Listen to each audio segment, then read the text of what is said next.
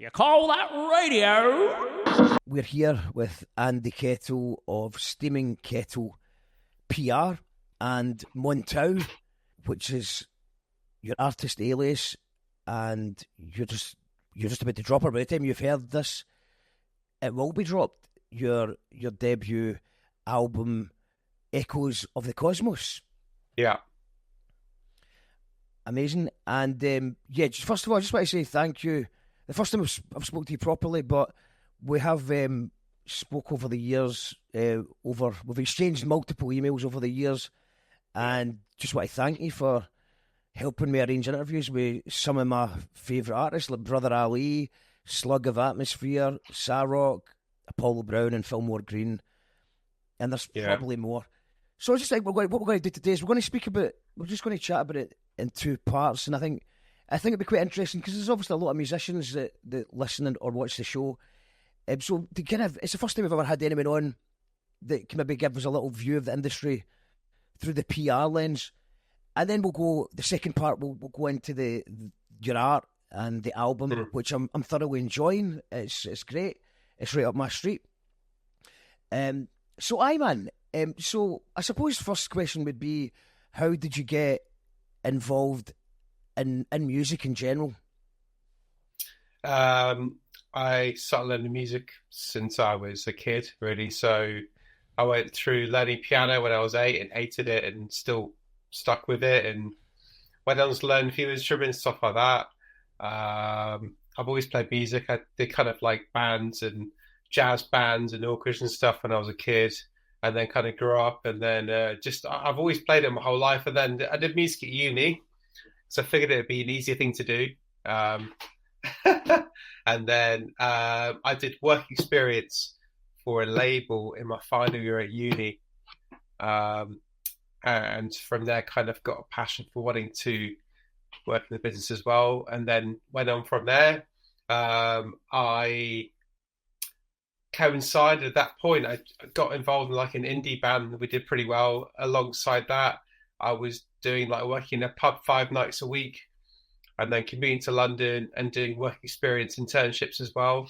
So there's like a record label, PR company, a management company, and basically they pay your travel, but I spent most of the time working pub in the night and then just commuting to London in the daytime and working for a place to get experience. So I spent a good over a year and a half maybe, just doing that to get my foot in the door. So it's like a lot of hard work at the time to get myself, started, so to speak. And that was like mid 2000s maybe. So I don't know how things have changed now, if people want to try to do it now, but that's what I did back then. So it was just a lot of grafting, a lot of like passion and wanting to do it, and motivation. I mean, I was busy, but I was young, I had energy. I couldn't do it now. I think the energy's is harder to come by these days, for myself as well. So I reckon I was probably the same about that kind of age group. And I remember I dropped out of college, but I did do it briefly. And I remember lecturers at the time saying, I had one really good lecturer. Well, I had two actually, but what I found because the internet, it was changing everything at the time. They were given, in order to pass a test, you were having to say things that were just clearly not true. I think, off the top of my head, things like how they were saying that MySpace was the most important thing to do online, and by that point, as someone who was young, I could tell that MySpace was already on its way out. So it felt like, because I was actually getting physical experience in the scene, that a lot of it wasn't really relevant to me. Yeah. But it was. But I suppose the energy was there to just sort of start up. So at what point do you start your own company? Yeah, so I mean, I got my foot in the door in London, and then I got a job offer up in Liverpool to work for a promotion company to do their PR. So I moved up. I did that for a few years, and then coinciding with that, I had the opportunity, because it was a small company, to actually start my own shop alongside it. So that's what I did. And once I kind of had that secured, so I then started pursuing music I was into, people I wanted to work with and stuff I wanted to do. And I half the time, if you don't ask, you don't get. I just started contacting people asking about whether they'd be interested for me to work with them, and just I don't know. I suppose a good example is with working with rhyme sayers. So some of those artists, like Brother Ali, it's like I've you mentioned before. I remember sending an email, or two probably, heard nothing back, and then they emailed about 4 months later saying, do you want to have like a conference call? I had a conference call. It's like a 2-hour phone call, really good, really good chat. Both of those guys now are really good friends of mine at the time. And then it was about, I kept in touch, kept like keeping in touch now and again, but it was about 1.5 years later, where Brother Ali was doing a UK tour. This was like 2018, I think it was 18. No, it can't have been, would have been before that. Maybe 2018, 17. And I basically emailed and just said, I'm noticing doing a few dates for them to get involved. So basically, they said, yeah, fine, I'll go involved, do a really good job on it. And kind of things snowballed from there, really. So I suppose it's the persistence thing as well. It's just contacting people, then keeping in touch, forming relationships, find the right moment, and just keeping on it, I suppose, keeping on the case without being too intense. Just finding that right balance, Yeah, it seems to be what there's a secret sauce to it, where it is you've got to be persistent but not annoying. And some people are just really good at, like, so from my point of view, not so much with the podcast, but more with whether that's people trying to blag a slot on a festival stage that I'm running, or get onto a gig that I'm doing. There's some people that are just really annoying and they can't help it. They just constantly bother you. And there's some people that are, like you said, the word persistent, where you're like, they're cheeky and I like it. And yeah, so I totally agree with what you're saying there. With regards to your clients, what is the situation? So obviously you said Rhyme Sayers, it was you that contacted them. In general now, do people come to you, or do you still see something that you would like to get involved with and then you start the conversation? It's about 50-50, to be honest, mate. I mean, I get contact. I actually had an email today from a Liverpool folk singer. She's amazing, and I really want to work with her. So you get these things that come through usually every week. Do you read every email? So I try and listen to every single email, but I can't do it. So that's a timing issue as well, and it is, as a lot of it is a bit luck, where someone with that Liverpool folk singer that you loved, if they'd sent that email at a different time on a different day, you might not have had the same reaction. Yeah, I think generally what I do is I will plan the listing alongside what work I needed to do. So if I'm doing admin work or going through tedious stuff, I think, hey, this is the good time of the week. I'll put on the music I've been sent. I'll listen to it while I'm working. If I need to write press releases, be creative in my mind, then it's not happening. But then it depends on the time of the week. I generally plan my week out with how I'm going to do things. So Mondays, so usually people release music on a Friday. So the Monday I'm usually catching up. I'm researching where results have come out, where things have come, and I'll feed back to clients. And probably those kind of times I'll just listen to music in the background. So people are sending me stuff, I'll listen then. So it depends on the time of the week. If I'm being creative, I can't do it. It's like, yes, that's a really good point, because obviously from the majority of the artists that I've seen you work with is hip hop, so you're obviously going to be into your lyrics. So for me, the only kind of music I can listen to is maybe like some lo-fi instrumental stuff or whatever, but lyrics just totally distract me. Like, I suppose there is the right kind of boring, kind of more boring admin type stuff, the kind of stuff that you could do in your sleep. Expenses are a killer. Oh yeah, always putting it off. The tax returns and stuff like that as well. Yeah. You need some proper good hip hop for that. And what there's some amazing hip hop that you work with. We've mentioned earlier on, and the people like Sarok and Slug of Atmosphere, who you introduced me to have on the show, and now you've got them on your album, which you must be buzzing about as a fan. And now an actual collaborator.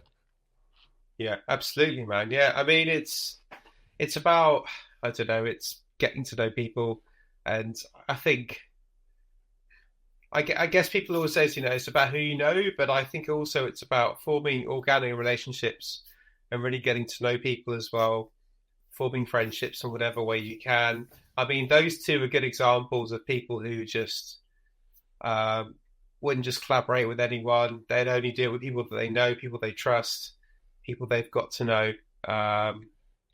And that all comes from the first making contact and then just being cool, as you say, not being too crazy with like being too intense with people, also just trying to keep a good balance, stay in touch, but also don't be too like over the top with what you're, how you're approaching them. So, yeah, and how does what is the overlap between? So, say for example, one of the American artists is coming over to the UK to tour.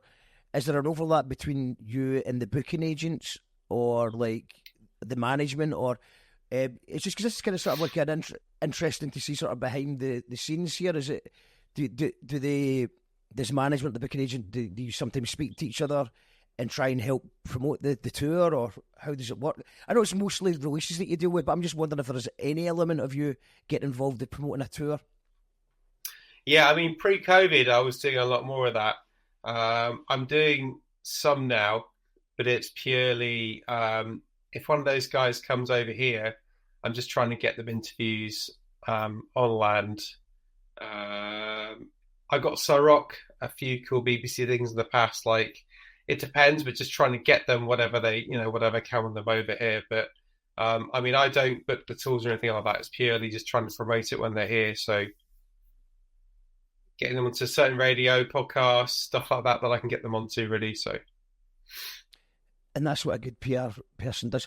What would you say is how can someone tell the difference between a good PR person or someone who's good at, that's going to be helpful, and someone that isn't? Because obviously I know that as an artist myself, you do get lots of emails from random PR companies wanting to work. What was the kind of sort of pitfalls that people should try and avoid to get? Because obviously you're very good at your job. I get your emails and I answer them. You're finding a way to stand out in the barrage of emails. But yeah, what if for somebody that maybe can't afford PR, or somebody that's considering getting a PR company, how do you know it's a good company? It's mainly, first thing is genre, dude. So genre, understanding what the style of music is. I mean, if you're like a metal band and you're contacting a PR company who seems to do loads of pop music and they get back to you like, oh, hey, well, blah, blah, blah, blah, blah. I'd be freaking careful. Like, just genre. I think style of music is the first thing. I mean, I will generally do hip hop, kind of funk, jazz, indie, folk music, alternative. It's those kind of genres. If a pop artist contacted me, I would just politely say no. Actually, some guy contacted me the other week, and it was some crazy. It was like Aphex Twin in Saturn. It was insane. The music was crazy, right? Like, I couldn't get my head around it. But I, politely declined. I was like, it's good, but I don't know what I'm supposed to do with it. But if a company just says, oh yeah, we can do this and that, I'm just saying, be careful with who you're contacting. Research their website, researching who they work with, research what they do. Ask them for result sheets, as in who they work with. Ask for examples, feedback examples. I mean, all the projects I do, I keep it simple. I use Google Drive. I have like a Google sheet. Then the end, it's a PDF. So if people ask me, can you send me, what can you do for me? I send them result sheets. I don't say what I could. I don't say, oh, this kind of crap like, oh, I can get you onto this, get you into that.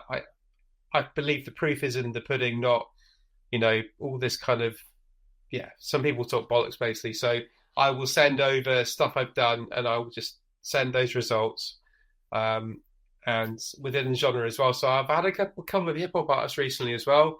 So I did like Rakim's recent album. I've done there's a few things I've done recently. So I've just sent them all the stuff I've done for the same genre with facts, and it's card hold facts, and they can contact other people involved they want you to, to get proof. That's really, it's all about that, man. I mean, geez, or if you get an instant email back from someone, we'll do this, we'll do this. The package thing as well. So I don't do packages. I don't do like gold, silver, bronze stuff. I don't advertise budgets on my website either, for the simple reason I just think, like, how can you advertise what you do for someone until you've actually heard the music? It doesn't make any sense to me. Absolutely. And for people that don't really, maybe don't understand the power of a good PR person, I suppose for me, from the other end, is you've already built up these contacts and these relationships. So that's why when I get an email from you, I'm going to open it and see what you've got, you've got to offer. So is there anything else that, for somebody that's maybe considering getting a PR company, is that the main thing, the fact that they've already developed these relationships and they're going to get an answer? Because as you know, I mean, you're lucky if I was to send 100 emails out to magazines, radios, podcasts, whatever, I would probably get, what do you think, 1%? If it was a cold call, kind of, what do you think the percentage is compared to what you could do in your world compared to what someone just trying to do it themselves would get? Yeah, man. I mean, it is about who you know. It's about building up the contacts. I mean, I've got a huge database, a gazillion emails, loads of people I don't even still really know. It's a minefield. I think the other thing as well is time. So the time somebody like me is taking to build up those contacts, the time I've taken to get to know people. If it's somebody starting from the bottom, some people I've known for I've known for you for a few years. There's some people I've known for 15 years, maybe, I've known them for years and years. And even then they'll sometimes respond about something or be up for something after all that amount of time. So if you're completely new, it's, they're and especially if also like being an artist email. So if it's an email from an artist, email from somebody they don't know, then it's a lot harder to get that attention. I mean, a good example is, so the Huey show, BBC Six Music on a Saturday morning. I know the producer Tom, and I've known him for years as well. And yeah, I mean, maybe 15% of the time he'll get back to me. 10% of the time they'll feature it on the Huey show, but then the other 85% he won't even respond. And it's not because he doesn't know me, it's just because that's the way it is. And that's for someone who knows him, if you see what I'm saying. That's a good example. But yeah, that's a perfectly good example, because I think a lot of people sometimes take it personally when they don't get featured on a show or they don't get picked for a festival. And I think that for people that are in the outside, if you are an artist starting out, it's nothing personal. It's to do with the saturation of music. There's just so much music out there. Mm-hmm. It could be timing. It could be there's already a similar artist already on the bill. There's a million different reasons why that can happen, and that is interesting to hear that that's a great record, getting 10% of your suggestions on the radio, while everyone else has just got, I would say, 1%. I suppose I think for from a radio producer's point of view, they're looking to somebody like yourself. There's even though from a professional point of view, there's certain people on my Facebook feed who just really love music. They're maybe bookers or whatever, and when they start raving about something, and you start feeling that, or if two people are raving about something, you're like, right, I need to check this out. Just because we are swamped with so much music now that we need people like yourself, whether that's a PR person or a festival booker or a manager, just somebody that's going to lots of gigs that does have the ear to the ground, and they're curating it for you, because if they're saying it's good, they might not always be right. It might not always be to my taste. It's subjective though, isn't it? Yeah. But it's definitely worth a listen. It's definitely worth a listen, though. What about for somebody who is just that maybe doesn't have money to pay for PR? Is there any advice you would give to somebody who is just starting out as an artist, who's just hitting their head off the wall, sending emails and nobody's responding to them? So, email-wise, first thing I'd say is create a professional email address. So don't use your Gmail, Hotmail. Does Hotmail still exist? Well, but I remember 10 years ago somebody saying that there was the top three rules of the music business, and it was never trust a promoter with a Hotmail address. I think Hotmail does. I think it's MSN now, but it does kind of exist. You see it occasionally in the wild. I mean, I'd say like get a domain. Buying a domain for email address is like a few quid a year. It's peanuts. Get a professional email address for your brand, for your artist brand. Okay, so that then they're getting an email from something more professional looking. You do have to have a website to do it, but at least get a domain, get an email address. And then the next thing is to make sure that you have everything ready. So don't plan a release, don't plan anything until you've got your assets, your masters, if there's any explicit lyrics in it, having clean edits, artwork, your press shots, a press release. Now, if the word press release, I think scares some people. It used to scare me when I was 20 years ago, whatever. So if you have problems with that stuff, I'd say it's tempting, but don't use AI to create a press release. You can see a mail off. Yeah, man. No, absolutely. You go onto Fiverr.com. Fiverr.com is a great place. People on that advertise to write press releases. If it's something you really struggle with, you haven't got a friend who can do it, you can pay a few quid, like literally 5 or 10 quid, and somebody will write a press release for you. I'd say get your text, your presentation ready. So get all the assets. So if you've got some good text, press shots, artwork, hard copies of your music. Don't attach anything to an email. Never attach big files to an email. Use Dropbox. Don't use WeTransfer is great if you're sending music to people quickly, but use something like Dropbox, like I always share with you, Mark. It's like don't freaking do that as well. I'm trying to think, and don't do an essay in an email either. Keep it simple, quite short, and I personally put the press release into the email below. I don't attach it. I just try to streamline things as much as possible. Stream it, make it easy, simple, quick. Because think about who's receiving it, I suppose. But give yourself the best chances just to make things simple. And think about. Yeah, we just want because from my point of view, I want to see what kind of music it is. Maybe a couple of quotes. Where is this person from? Maybe just the main information. We don't need the life story. Although obviously it is quite. Although it's great when somebody says they attach an extended bio maybe to the website for more to read it. But we're scanning. That's fine. We're scanning it to see whether we want to listen to the music, and we want. And I suppose if I've opened the email, I will probably listen anyway. But you want to save the person's time. You've got to remember that the person at the other end is probably underpaid and stressed out as well. So you just want to make it easy for them. And I suppose we touched on it. Two interesting things there. One was the domain name, because I've got a Gmail account. I'm slagging the Hotmail promoters, but here's me sitting with you call that radio at gmail.com. But I've got a website. So can I just attach a website, an email to that? How does that work? I don't actually know this. Oh, so you're asking someone who's not the most technical person in the world, but I think, so I created my website, montaotunes.com, for my artist profile. I just went onto a domain site and I paid £8 for the year and I got that.com. I think places like GoDaddy and all that, you can get your first, I think you basically, if you buy a domain, you can get the email address and then through your Google account. So my Andy at Steve Kettle PR email is through Google Mail.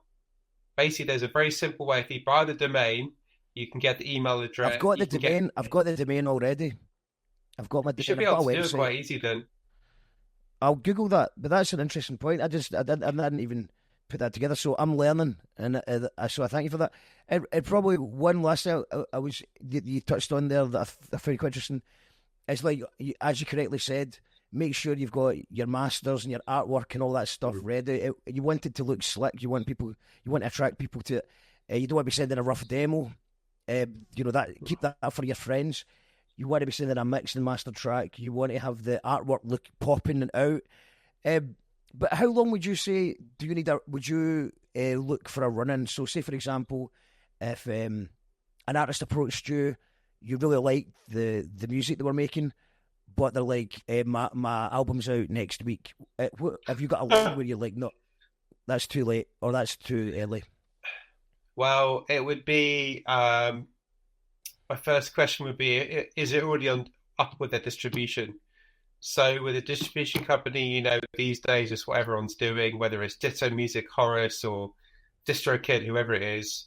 An album needs to have been submitted, I'd say, to be safe, 8 weeks before, maybe 7 weeks, because they can ensure that everything is up and ready and out to go. If the artist said to me, I've got a week till my album comes out, and if it's all ready and set up, if they've got everything sorted, but I'd say, well, what's the single? So really, a week before, you want to be pushing a singular track with that.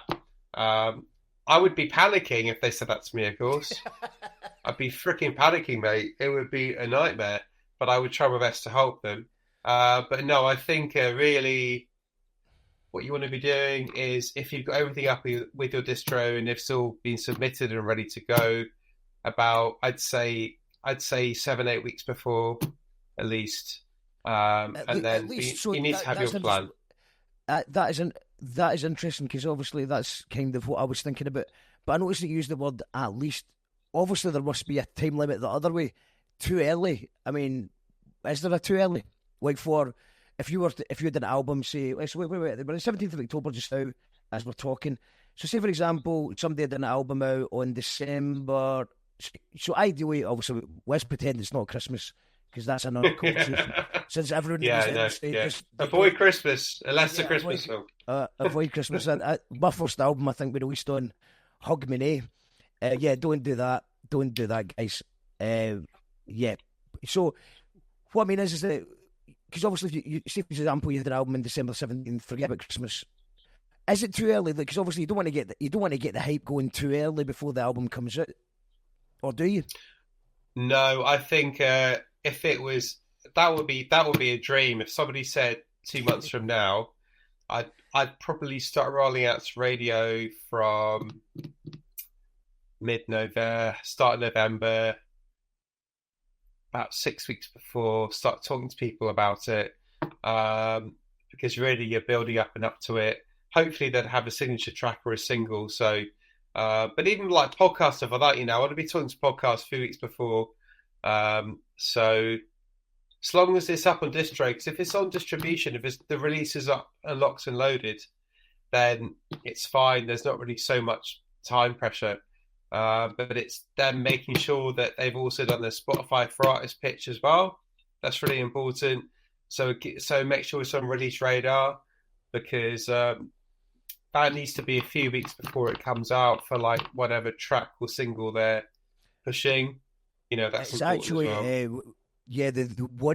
It's actually a 1 week limit for release radar, because I just caught it by the skin of my teeth last month with a single that I was releasing. But yeah, I've never had one of the editorial playlists, but nor have I. But there's a secret. I know people who have though. I know people who have. Yeah, no, like absolutely. organically. I've got friends. Shout outs to Declan Welsh and the Decadent West. They went huge with a few editorial playlists, and as far as I'm aware, they just put in a pitch themselves. A little tip I actually got from Josephine Sillers, who does a bit of PR stuff as well. A great musician. She got picked once or twice, I think, as well. And her advice is to basically tell the person looking at it what it sounds like. So basically, rather than coming up with all these adjectives and explaining it, it's just very simple. People that like this will like that, and I think a human looks at it and listens to it and goes, "Oh, that does make sense." And then I think that's how. That's what I heard. It's never worked for me. Never worked for me at all. The playlist curators are now. I mean, now there's this kind of sort of a payola type thing going on as well. I've noticed that there's people with. I don't think they work for Spotify, but they've got independent playlists that have got thousands of people. But then we start getting into the bots world, which we're just going to just stay away from the bots. But because obviously, there's no point in having like 50,000 plays and none of them are actually going to be real No. fans. No. I mean, like I know quite a few private players curators. So for client stuff that I push out is to organic playlists, people who've built them organically over time. And I do that as like an extra thing. It's just like part of what I do.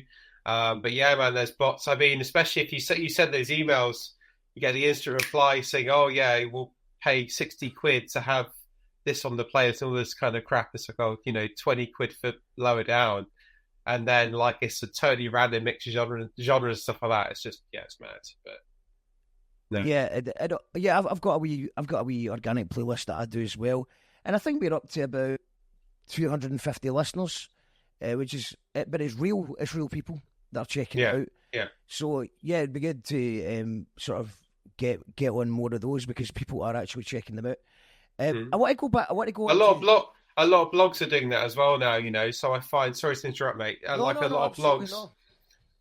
blogs do their own playlists, and that's another great thing. So that's something else you always push for as well. So they connect playlists to, because it helps them, but because of their fans and followers, blogs use playlists as well, and they're all genuine listeners. So, and it's a great way to keep the blogs to stay relevant as well, because there's a few blogs that it's a strange word for blogs.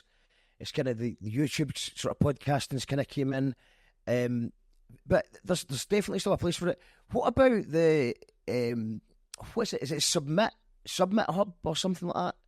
Have you ever had any success with that? I think I tried it. I think you get so many free submissions and then you start paying for it. Yeah. But it does go to real blogs. But I've never really had any success through that myself. To be honest, I haven't given it a fair crack. But I have tried it once or twice. I've never paid them, but I have tried to submit it a couple of times. Like it's kind of like American blogs and stuff like that. But I never really had any luck with that. Have you ever had any luck with those people? I mean, I've not. I'm aware of it. I kind of know people who've used it. I've been on it and checked it out. I mean, obviously for my work, I don't use it, but it's I mean, I suppose because either through people that I know, blogs that I know, contacts that I can talk to, alongside. Most of the time, I've just found contacts through blogs. There's, so my tips are, if you have the time to do this, so you go into blogs, there's usually a contact form, contact us without an actual direct email address. So then next thing you want to do is go into find their Facebook page, go to about, see if they have an email there, and failing that, go onto their Instagram, and then on your phone, not on your computer, Instagram, and contact, and then you'll find an email there. So 85% of the time, the contact us page, which is just like a generic, non-direct thing, go Facebook, find it all, sometimes on their Twitter, but not often. Sorry, X, whatever it is now. But Instagram. So that's why. That's how I still call it Twitter. I sort of do it, mate. So basically, that's how I find contacts. So you could use Submit Hub as well, but I find that's my way that I've got contacts over many years, is going through that process basically. Because a contact form is a pain in the backside and it takes forever. But actually, find an email address, you can then email people directly, and that's better. So Ed, go on to your own album just now. So you've got all this years of experience to apply to your album, and which is Echoes of the Cosmos, which is an amazing album to check out. You sent me a private SoundCloud link, which is great, and I believe there's probably a Dropbox download thing as well, which is good to give the person the option, because SoundCloud works really well. You can just click through it, and then also you've got the Dropbox option if you want to do something like you were saying. Download a little playlist for you while you're doing your boring admin tasks. So what's the difference now to promoting your own stuff? So it's like I help promote other people's music, but I always find it's really difficult to promote my own stuff because I've got, I feel weird talking about myself in the third person or the first person. So do I. How are you doing it? So obviously, you contacted me just saying, this is mine, by the way. So I suppose that's the advantage of already having the contacts.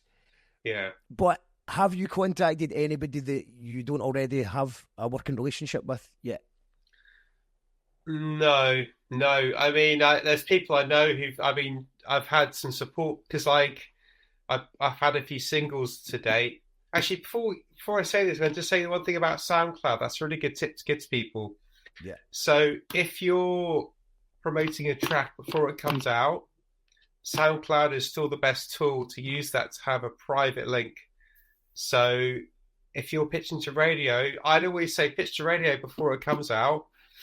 Have it privately on SoundCloud, and then make sure. I think you have to go to share. Oh, there it is. So basically, you have to go to share, and then copy this like big long link, and then in the email embed it. Don't just share the link in email. Embed it to, like, this is my, whatever it might be, like song type, artist title, song title, and then email that over. Then it's the best tool because media love it. Media love just having that quick listen link. Don't you can attach the files afterwards or whatever, but like that's one tip I wanted to give. But with contacting people, I mean, it's just I've basically just done the job I do for other people for myself. That's what I've done. I've had no BBC success so far, but it's fine. I've had John Kennedy XFM has featured at least one of my singles. Chuck D from Public Enemy on his Rap Station show is featured too. That's incredible. So it's, I don't know, it's about who you know. It's also about the right people to talk to. I've had loads of support so far, like media wise, from what I've done. But it's the same with everyone. It's like you can't expect everyone to do what you want them to do. It's never going to happen, But Chuck D's an interesting one because he actually does seem to listen to everything. He's actually played Stanley Odd, Scottish hip hop, and it's quite a niche thing getting Scottish hip hop getting played, even in Scotland, never mind outside of Scotland. And Chuck D. I remember Chuck D played Stanley Odd, and I think a couple other Scottish artists. So you've got somebody there that actually loves music and is going to give everything a fair crack of the whip. With the album, so it's so let's just talk about. So you've got River Nelson, love that track. You've got Slug of Atmosphere, Concept, Lane Schuler, Napoleon the Legend, Sarok, Master Killer, Copyright. So what is Copyright? Incredible. Amazing. What was the process of making this album? And did you know from the start that you were going to have collaborations on it, or did it start as a more instrumental type project? Well, I mean, I started doing everything over COVID, so I've always been a musician. I've always played loads of instruments, as I said before, but I can't write songs. I've never been a songwriter. I can't do lyrics and melody. I can't do the whole sitting there with the guitar or piano. Oh, this is a great melody. Here's some lyrics. It's not me. I can't do it. I can create music, but I can't create songs, if that makes sense. So I just started creating loads of music over COVID. And then it kind of sparked from a lot of those guys you mentioned. I already knew from working with them. So I asked a few people, a few of my peers privately, is this good? Do you think is it all right? Is it crap? I don't know. One of the first instrumental tracks I did, I asked evidence from Dilated Peoples. I asked a few people who know what's good, and they all said, "Oh, it's pretty good." So I just kind of took it from there. Luckily for me, having worked with people, I had the blessing of connecting and being able to ask them if they thought it was any good. Because when you do it yourself, I mean, we all know it's like you can do as much as you can, but you don't really know, is it actually good, or are they just being nice? Like when I was in the band back in the day, you do gigs, everyone's like, "Oh, it's really good, mate." Yeah, but you think, but is it good, or are you just being nice? So when I actually figured out maybe it was quite good, then I kind of started just talking to people that I knew and just built it from there, track from track.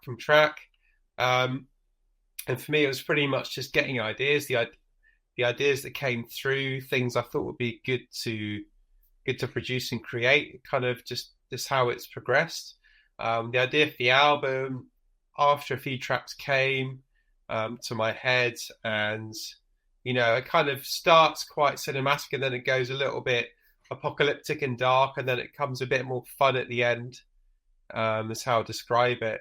But it all just pieced together in my head, I suppose, you know. But all the people I did it with, I mean, Napoleon the Legend as well. Like, he's a good friend of mine. Like, he's an amazing rapper.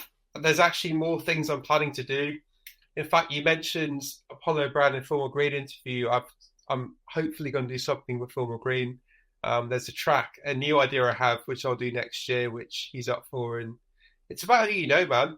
Fillmore Green was lovely. You know, we had a technical nightmare during that show. I don't know if it was hilarious. That was I remember. Oh my God, I can't even remember what was going wrong, but everything was going wrong. I switched to my phone and tried to do the show, and Fillmore Green thought it was hilarious. I think he thought it was good, but I was just very embarrassed because everything went wrong that day. So he's got an album. It's either just come out or it's coming out very soon. But he's been dropping loads of singles through Melody Music Group at the moment, but he's doing his album at the moment, which is amazing, really good. Right, and with regards to you also were saying to me that you were doing your DJ debut, I think you said, but it was a 4-hour shift. So how did that go? Yeah, oh, amazing. Yeah, good. I'm going to do another one December. I'm going to mix in. It's a luxury as well of just playing your own stuff, just playing stuff that you love, and I mean. Again, with DJing, I think it's all about, if you know the music, it's fine. You got to understand what you're doing, understand what the sound is. I've basically done a mix of trip hop, hip hop, a bit of funk, a bit of like lo-fi, but just knowing the music really. And I'm going to be collaborating with someone else locally soon to actually start some sort of show, hopefully, and just start mixing him doing vocals over more of my music eventually and just see where it goes. But it's just good fun. It's good to get out there as well, man. You know, good to even locally get out there and do things with people. And yeah, but I'm never going to DJ the Killers or Lady Gaga, you know. But it's okay. Despite although you will be asked, I'm sure, by a drunken hen party at some point. Oh, no, seriously, I no requests. So have you actually got a date? Do you want to plug the gig you're doing in December? Is it in the diary? I'm actually meeting Venny tomorrow, so I don't know yet. Unfortunately, don't know yet. Unfortunately, no, I don't know yet. But... Well, that sounds cool. It is. So it sounds like the more you're going to be doing stuff like that, then there could be potentially a live show with this album. Is this kind of like a sort of part of the launch? Are you going to be sort of incorporating this into sort of launch party of any kind, or? Yeah, I mean, I think what I'm doing again, it's time. It's, you know, having a 9-year-old kid who hopefully is in bed right now, and all the rest of that reality of life. So it's like I found as well, because really the probably creating your own music and do your own thing, it's like fourth down the list. You know, it's like my actual work, my actual business comes first for the actual real clients, and then it's like family. So by the time you get to your own thing, it's like finding the time as well. So my music was already, I got it already, and it's been on distro for like 4, 5, 6 weeks now. I'm starting to promote it, but I'm doing 12 track digital. I've also launched my website, montaotunes.com. I've started my own merchandise line as well, which is really exciting. But it's like then next year I'm going to do a physical release as well. I'm going to do a deluxe version with like maybe at least 4 or 5 new tracks. I'm going to put it on vinyl next year. My plan's to just take it steady. So I'm going to do digital release, and then next year, and I think if the live stuff's happening as well, I'm going to maybe look towards doing that and then going all out there next year. I just think some people get too panicky. They do too much at once. It's good to spread things out. Just keep the wave moving, I suppose, you know. So I'm looking at options as well for physical at the moment. I want to put out on vinyl. I don't think 12 tracks is justifiable for physical. That's my personal opinion these days. I reckon you should have at least 16, maybe 17, 18 tracks to have it as like a physical release. That's my plan. So. That's a good idea. We were actually looking at vinyl. We've got an album coming out in March, So we've got a label, just a wee DIY label who brought out something our last vinyl, and they tell me that it's 3 months. So apparently, if I get the masters in by mid-December, we'll have it for the album launch at the end of March, which is actually not bad. There was a point where I think it was I think it maybe went up to 9 months at one point. I don't know if that was a lockdown issue or something, but That's a it was lot. a long time. Yeah, but I think 3 months. I think we can do that. I think we can do it. Finish it by December, to be out by March. But yeah, it's a costly. It's a costly venture to do it, and it's just about picking the right amount. We'll probably just go for 300. I think's the right amount for us. Yeah, it's because it's like if you do too little, then the cost goes up. It's difficult to get the right balance. So so the album comes out. What is are you going to have it on Bandcamp? How can people support it? Absolutely, mate. Yeah, so it comes out a week tomorrow, Friday, the 20th of October, whenever this comes out. And yeah, everything is under Montao Tunes. So any social media, anywhere is Montao Tunes. I thought about that before I launched as well back in the day, having the same handle for everywhere. It does help a lot. It makes a massive difference because you can just put that sign under everything you're doing, every little any artwork that's going on. I tried to do it, but it's not. It was too late for me for some of my projects by the time they came out. But yeah, I'll put the links for anyone if you're listening to this in the audio podcast or you're watching YouTube. There'll be links in the info because we'll drop it after it's been released. So we're actually in the past. It's the 17th of October, so we'll drop it maybe on the day of around about. Now, this is the bit where most people would say, like, subscribe, and join my Patreon at patreon.com/you call that radio. But that's something that I would never, ever, ever do.